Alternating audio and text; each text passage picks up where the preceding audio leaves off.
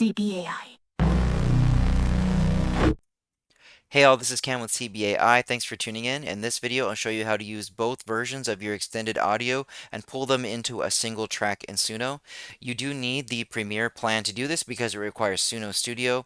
Other than that, let me jump in there and I'll show you how this works. I've got a single track in Suno right here, and then what I'm going to do is I have my A and my B version of an extended after I use the extend feature on that track. So all I have to do is go into the library pane right here and then choose the workspace that has those, and then I just drag them in. From there, you would have to play around and find the spot that you wanted them to actually extend from.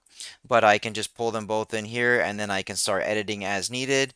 I could pull them in like this, or I could even put them in the take lanes. So maybe I wanted to use take lanes instead and then just use the best versions of both of these. I just drag that extended section down into the take lane, and then I would use my other one here, and then I'd start using the take lane features, which I have another video out about. Check my channel if you want to learn how to use it.